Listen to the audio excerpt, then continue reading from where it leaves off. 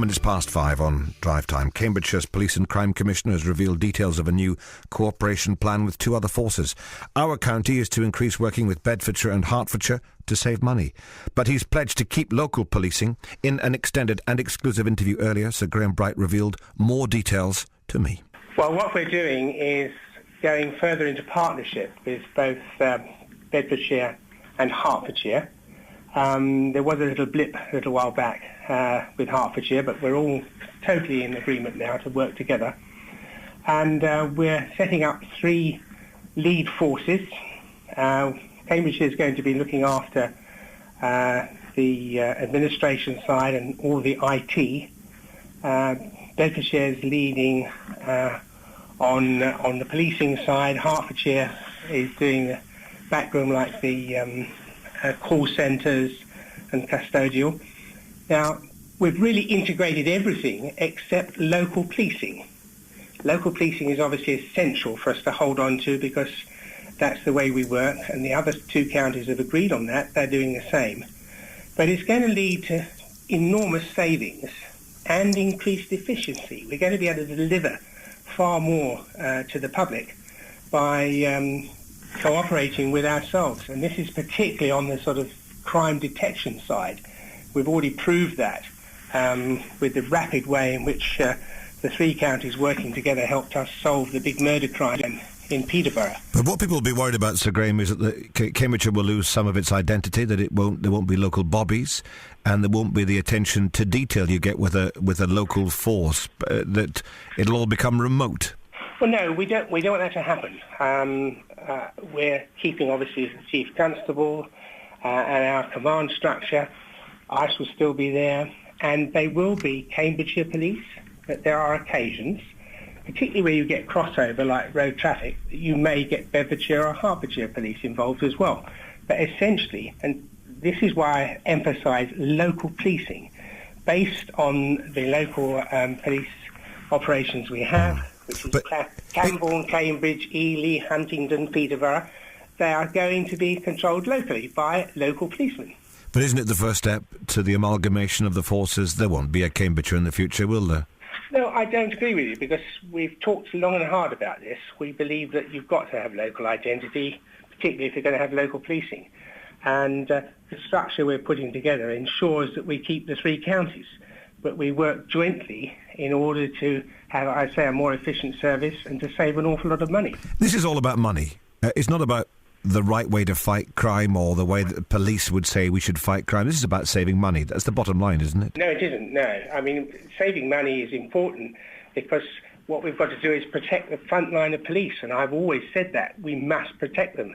And we've got a good track record on doing that.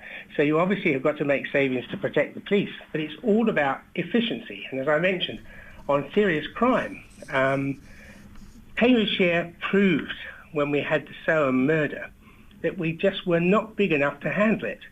Well, now using the other forces, when we had the problem in Peterborough and indeed in Wisbech a little while ago, by bringing the others together, we were able to do it and do it extremely efficiently.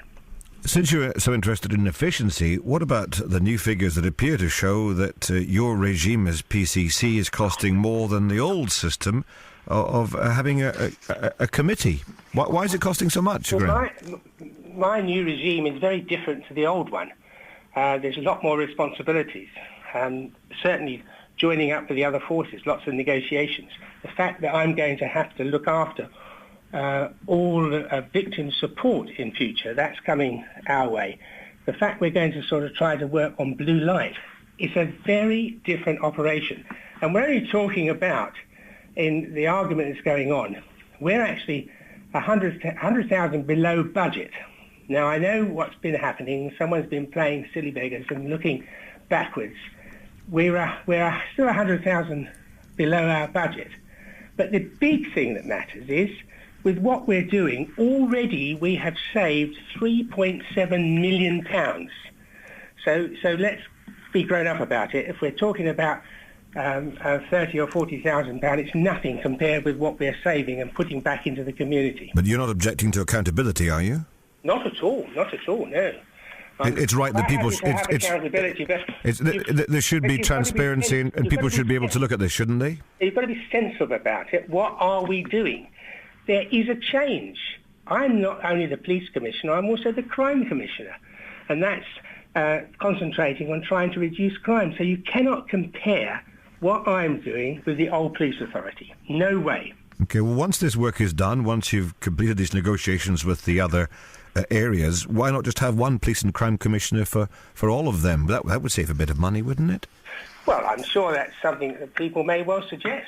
Not ready for that yet, because we've got an awful lot of work to do between the three of us to get there. But might it come quite soon where that would be a sensible thing to do, do you think? Well, we're looking for this to go to 2016, and that happens to be when the next elections are. So maybe it'll be a debate at that point. Okay. Is the Chief Constable of Cambridgeshire content with the savings and this new efficient frontline policing, as you call it? Oh, yes, he is, very, very much. In fact, all three Chief Constables are. And obviously, Cambridgeshire is leading on the admin side, and it's leading on IT.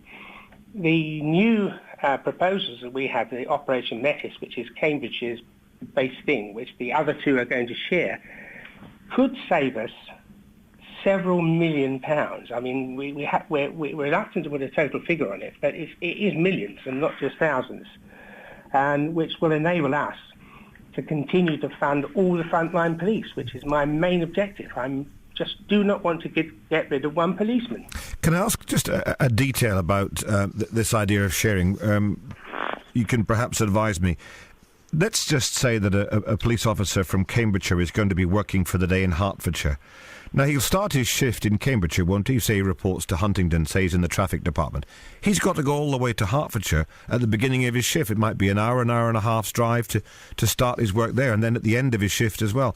Aren't we losing police man-hours because of this sharing rather than gaining? You're only going to get that sort of thing, particularly road traffic. They'll start off. If you're sort of going down the A1, that's all part and parcel of your duties. If you've got a major investigation, then certainly we might send policemen into that, same as we've sent some of our firearms squad into Luton to help Luton out. Yes, there is a travelling thing there, but what we're doing is supporting a force that can't support itself because it's too big for them, in the same way as Hertfordshire did so much for us in Peterborough. But it's not a thing where every day everyone's going to different places. We've got localised policing. And I can see a natural progression is that you might try and share, say, the call centre. Now, you know, when you came in, there was a problem with the phones being answered, people put on hold, and all the rest of it. That would worry people. What's your thoughts there, Sir Graham? Well, it is a possibility that we might well do that. I mean, at the moment... You might well share phones with the other forces. We may well have to do that, yes. Because you see, then the worry would be someone answering a phone in Hertfordshire might not know the details of places in Cambridgeshire. Well, the secret is, I think, if we do share a call centre, it'll be in Cambridgeshire, so you're all right. Well, the people in Hertfordshire and Bedfordshire might not feel the same way, of course. Well, can I just ask? We're a million miles apart, you know. I mean, we're very close-knit, the three counties. But you also... we can do what we're doing. You also will know the recent case, which is continuing, of the East of England ambulance service, where a control centre in Norfolk is handling the whole of the region, and ambulances I know of, we've covered the stories. Ambulances just a few miles from Addenbrooke's can't find the place because the drivers are not local. Well, the point is that's a regional thing. That's huge, the region. We're talking about three very close counties that are very, very integrated. So you haven't got that problem. I would certainly agree, because the Home Office are suggesting that we work closer with Blue Lights. And I said, well, I'm happy with the three fire services, but I just do not want to get anywhere near the ambulance service. For that very reason. I mean, you've just given me the prompt. That's exactly right. So... just to summarise, Sir Graham, the Cambridgeshire Police Force stays, and it will stay forever as far as you're concerned. It stays, certainly. That is the whole idea. If you're going to have, if you're going to do policing, if you're going to work with the community, you've got to have local policing. So that stays, no question about it. But you're still cooperate. And you're still value for money, are you? I'm value for money, of course I am. Sir Graham Bryant, Police and Crime Commissioner for Cambridgeshire, thank you very much indeed for joining us. Thank you. You can listen to this programme again online. Visit bbc.co.uk/Cambridgeshire. And of course you can react to that interview in all the usual ways. 08459 25 2000 on the Facebook page.